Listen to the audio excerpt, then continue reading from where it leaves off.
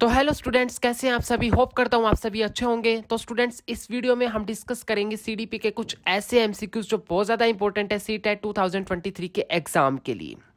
हमने पिछली वीडियोस में 3 सेशन डिस्कस किए थे जिसमें हमने काफ़ी हद तक के एमसीक्यूज डिस्कस किए थे। तो इस वीडियो में हमारा सेशन नंबर 4 रहेगा जिसमें मैं आपको 25 एमसीक्यूज और बताऊंगा जो काफ़ी इंपॉर्टेंट है सीटेट के एग्जाम के लिए। तो अगर वीडियो पसंद आ रही हो तो लाइक कर दीजिएगा, इसे बिल्कुल भी स्किप मत कीजिएगा। बहुत ज़्यादा इंपॉर्टेंट वीडियो है आपके लिए क्योंकि यही टाइम है तैयारी का। तो आप रेगुलरली वीडियो देखते रहिए, जो मैं शॉर्ट्स अपलोड करता हूँ उनको भी देखते रहिए ताकि आपको रोज ना रोज कोई चीज़ नई सीखने को मिले। राइट, इसके लिए आपको चैनल को सब्सक्राइब तो करना ही पड़ेगा। तो स्टूडेंट, स्टार्ट करते हैं अपने फर्स्ट क्वेश्चन के साथ। हमारा पहला क्वेश्चन है, भाषा विकास के लिए सबसे संवेदनशील समय निम्नलिखित में से कौन सा है। ऑप्शन नंबर ए है वयस्क अवस्था, बी है प्रारंभिक बचपन का समय, सी है जन्म पूर्व का समय, डी है मध्य बाल अवस्था। तो इसका जो सही आंसर है वो है ऑप्शन नंबर बी, प्रारंभिक बचपन का समय। मतलब ये जो है ना, प्रारंभिक बचपन का समय भाषा को सीखने के लिए सबसे संवेदनशील समय होता है। राइट, इसके बाद हमारा नेक्स्ट क्वेश्चन है, सेकंड क्वेश्चन, विकास कभी न समाप्त होने वाली प्रक्रिया है, यह विचार किससे संबंध करता है, किससे संबंधित है। ऑप्शन नंबर ए है निरंतरता का सिद्धांत, बी है अंतः संबंध का सिद्धांत, सी है अंत्य क्रिया का सिद्धांत, डी है एकीकरण का सिद्धांत। तो इसका सही आंसर है ऑप्शन नंबर ए, निरंतरता का सिद्धांत। आइए जान लेते हैं कि ये किस तरह से सही है। क्योंकि विकास एक निरंतरता के सिद्धांत पर चलने वाली प्रक्रिया है, क्योंकि ये कभी भी रुकता नहीं है, ये लगातार चलता रहता है। चाहे एक बूढ़े व्यक्ति का विकास है, चाहे एक जवान व्यक्ति का विकास है, जिससे बच्चों के जन्म से मृत्यु तक निरंतर चलता रहता है। इसीलिए विकास को हम क्या कहते हैं, निरंतरता चलने की प्रक्रिया, निरंतरता के सिद्धांत पर चलने वाली प्रक्रिया है। हमारा नेक्स्ट क्वेश्चन है, किस अवस्था में बच्चे अपने समवयस्क समूह के सक्रिय सदस्य हो जाते हैं। ऑप्शन नंबर ए है प्रौढ़ावस्था, बी है किशोरावस्था, सी है बाल्यावस्था, डी है पूर्व बाल्यावस्था। तो इसका सही आंसर है ऑप्शन नंबर बी, किशोरावस्था। किशोर अवस्था जो है उसमें जो बच्चे हैं अपनी समवयस्क समूह के सक्रिय सदस्य हो जाते हैं। तो इसकी जो व्याख्या दे रखी वो है, बच्चे अपनी किशोर अवस्था में समवयस्क समूह के सक्रिय सदस्य हो जाते हैं। स्टेनले हॉल ने किशोर अवस्था को आंधी और तूफान की अवस्था भी कहा है। तो ये क्वेश्चन आ सकता है, इसका एक एमसीक्यू आ सकता है कि स्टेनले हॉल ने किशोर अवस्था को किससे कंपैरिजन के, किससे संबोधित किया है, तो आंधी और तूफान से। हमारा नेक्स्ट क्वेश्चन है, अवधारणाओं का विकास मुख्य रूप से किसका हिस्सा है। ऑप्शन नंबर ए है सामाजिक विकास, बी है शारीरिक विकास, सी है बौद्धिक विकास, डी है संवेगात्मक विकास। तो इसका सही आंसर है ऑप्शन नंबर सी, बौद्धिक विकास। बौद्धिक विकास इसका सही आंसर है। अवधारणाओं का विकास मुख्य रूप से बौद्धिक विकास का हिस्सा है। आइए जान लेते हैं कि किस तरह से ये सब पॉसिबल है। अवधारणाओं का विकास मुख्य रूप से बौद्धिक विकास का मुख्य हिस्सा होता है। संज्ञानात्मक या बौद्धिक विकास का अर्थ है बच्चे की सोचने और तर्क करने की क्षमता का विकास। यह इस बारे में है कि वे जिस दुनिया में रहते हैं उसे समझने के लिए वे अपने दिमाग, विचारों को कैसे व्यवस्थित करते हैं, इन सब चीज़ों का ज्ञान प्राप्त करें। मतलब ये है कि जो अवधारणाओं का विकास है मुख्य रूप से बौद्धिक विकास का मुख्य हिस्सा होता है। क्यों? संज्ञानात्मक और बौद्धिक विकास का अर्थ ही यही है कि बच्चों की सोचने और तर्क करने की क्षमता का विकास। तो इस बारे में है कि वे जिस दुनिया में रहते हैं ना, उसे समझने के लिए वे अपने दिमाग, विचारों को कैसे व्यवस्थित करें, इन सब चीज़ों का ज्ञान प्राप्त करते हैं। तो स्टूडेंट्स, हमारा 5th क्वेश्चन है, मानव विकास कुछ विशेष सिद्धांतों पर आधारित होता है, तो बताइए निम्नलिखित में से कौन सा मानव विकास का सिद्धांत नहीं है। तो मतलब मानव विकास जो है कुछ सिद्धांतों पर आधारित है, अब इनमें से बताना है कि कौन सा मानव विकास का सिद्धांत नहीं है। ऑप्शन नंबर ए है प्रतिवृत्ति, बी है सामान्य से विशिष्ट, सी है अनुक्रमिकता और डी है निरंतरता। तो देखिए, जो ऑप्शन नंबर ए है वो इसका सही है। प्रतिवृत्ति जो है मानव विकास के सिद्धांतों में से एक नहीं है। तो आइए एक बार ये जान लेते हैं कि किस तरह से है। उपरोक्त विकल्पों में प्रत्यावृत्ति विकास के सिद्धांत पर आधारित नहीं है, क्योंकि विकास विपरीत दिशा में नहीं होता। विकास कभी भी उल्टी दिशा में नहीं होगा। जैसे जैसे आप आगे बढ़ेंगे, आपकी एज बढ़ेगी, तो उस हिसाब से ही विकास होगा। जहाँ पर विकास की दर कम होनी है वहाँ कम होगी, जहाँ विकास की दर ज़्यादा होगी वहाँ पर ज़्यादा भी हो सकती है। हमारा नेक्स्ट क्वेश्चन है, सीखने के वक्र अभ्यास द्वारा सीखने की मात्रा, गति और प्रगति की सीमा को ग्राफ पर प्रदर्शित करते हैं, यह कथन किसका है? तो ऑप्शन नंबर ए है रास, बी है एबिंगहॉस, सी है स्किनर और डी है एम.एल. तो इसका जो सही आंसर है ऑप्शन नंबर है बी, एबिंगहॉस। एबिंगहॉस का यह कथन है। हमारा इसकी व्याख्या देखिए, उपरोक्त कथन हरमन एबिंगहॉस द्वारा दिया गया है। जो इसका पूरा नाम है वो है हरमन एबिंगहॉस। हरमन एबिंगहॉस एक जर्मन मनोवैज्ञानिक थे जिन्होंने स्मृति के प्रायोगिक अध्ययन किए थे। भूलने की अवस्था और रिक्ति प्रभाव की खोज करने के लिए जाना जाता है। मतलब ये है कि कौन बंदा कितना याद रखता है, इस चीज़ पर उन्होंने क्या किया था, अपना एक्सपेरिमेंट किया था, अपना अध्ययन किया था, स्मृति के प्रायोगिक अध्ययन किए थे।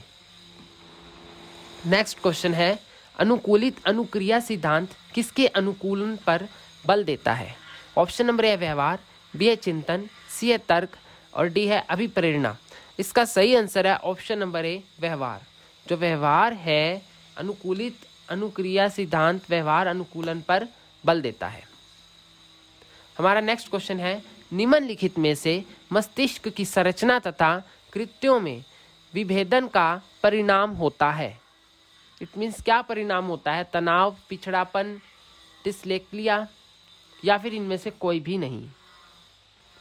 तो इसका जो सही आंसर है वह ऑप्शन नंबर सी, डिस्लेक्सिया। इनमें से क्या होता है? डिस्लेक्सिया में मस्तिष्क की संरचना तथा कृत्यों में विभेदन का परिणाम होता है। हमारा नेक्स्ट क्वेश्चन है, इसकी व्याख्या देख लेते हैं। डिस्लेक्सिया एक सीखने का विकार है जिसमें भाषण ध्वनियों की पहचान करने और अक्षरों और शब्दों से वे कैसे संबंधित है सीखने में समस्याओं के कारण पढ़ने में कठिनाई होती है। आई होप आपको ये समझ में आया होगा कि जो डिस्लेक्सिया है एक सीखने का विकार है। इसको हम क्या प्रोनाउंस करेंगे? डिस्लेक्सिया, जिसमें भाषण ध्वनियों की पहचान करने, अक्षरों और शब्दों का ज्ञान प्राप्त करने, वो कैसे संबंधित है, किससे संबंधित है, एक तरह की सीखने की प्रक्रिया है। हमारा नेक्स्ट क्वेश्चन है, निम्नलिखित में से कौन सी प्रगतिशील शिक्षा की विशेषता है? ऑप्शन नंबर ए है केवल प्रस्तावित पाठ्य पुस्तकों पर आधारित अनुदेश, बी है परीक्षाओं में अच्छे अंक प्राप्त करने पर बल, सी है बार बार ली जाने वाली परीक्षाएं, डी है समय सारणी और बैठने की व्यवस्था में लचीलापन। तो इसका जो सही आंसर है वो है ऑप्शन नंबर डी, समय सारणी यानी टाइम टेबल और बैठने की व्यवस्था में लचीलापन।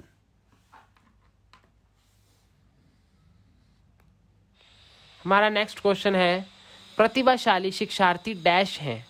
ऑप्शन नंबर ए है अपसारी चिंतक, बी है बहुमुखी, सी है बहुत परिश्रमी और डी है अभिसारी चिंतक। तो इसका जो सही आंसर है वो है ऑप्शन नंबर ए, अपसारी चिंतक। हमारा नेक्स्ट क्वेश्चन है, बच्चों में प्रतिभाशीलता डैश के कारण हो सकती है?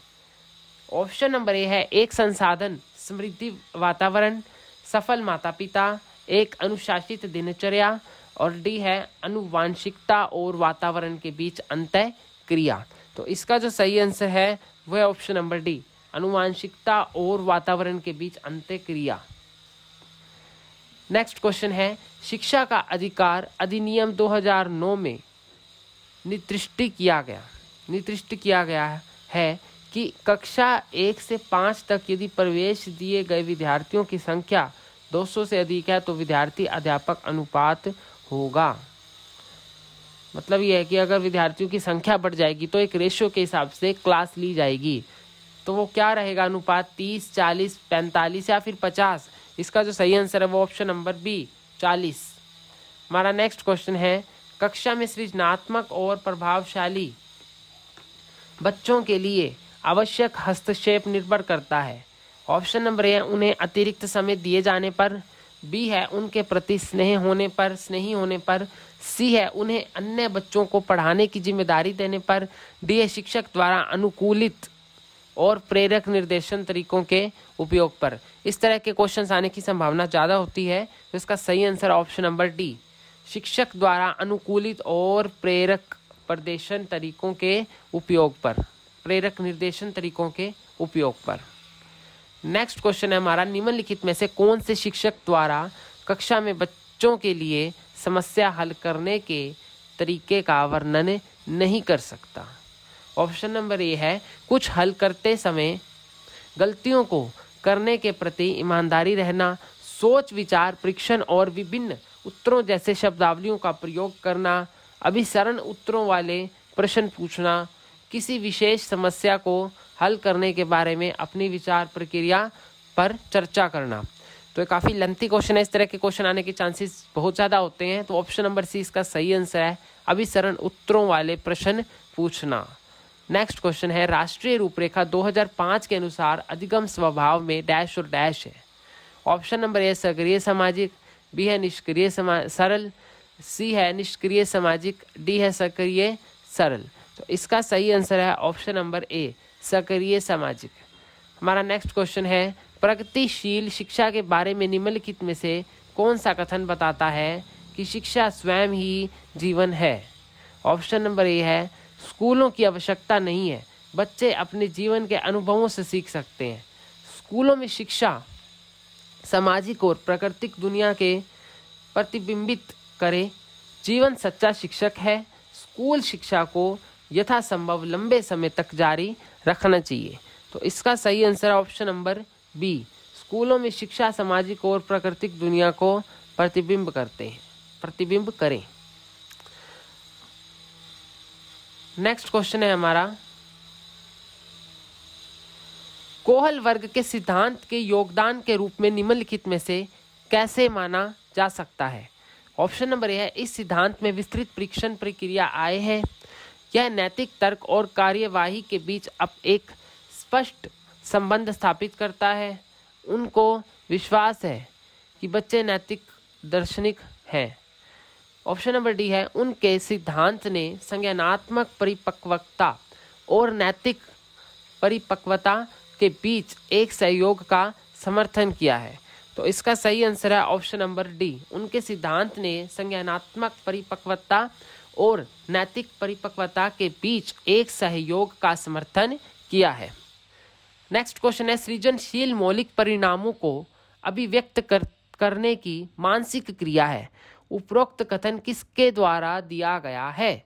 Option number A Skinner, B है जेम्स डेवर, सी है रोस और डी है क्रो एंड को। तो इसका जो सही आंसर है वो option number D, crow and को ने। नेक्स्ट क्वेश्चन है, एक भाषा शिक्षक कक्षा में कविता का विवरण समझाकर कक्षा में कविता पढ़ा रहा है और छात्रों को स्पष्टीकरण से निष्कर्ष निकालने या व्यापक विचार करने के लिए कह रहा है। निम्नलिखित में से किसका उदाहरण है। ऑप्शन नंबर ए है आज्ञानात्मक तर्क, बी है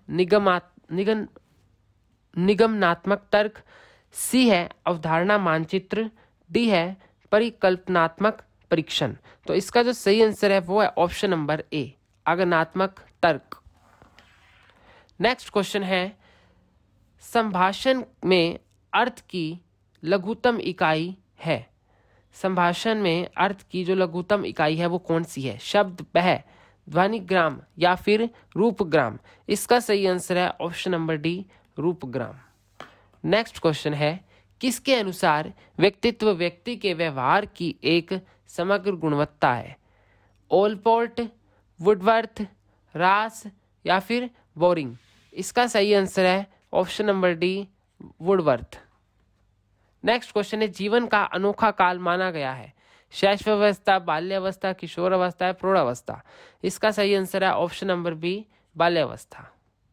नेक्स्ट क्वेश्चन है, बालकों का सर्वाधिक रूप में बौद्धिक क्षमता का विकास होता है। घर में मित्रों एवं साथियों के साथ अंतःक्रिया करके, विद्यालय एवं कक्षा में या खेल के मैदान में। इसका जो है सही आंसर है वो ऑप्शन नंबर सी है, विद्यालय एवं कक्षा में।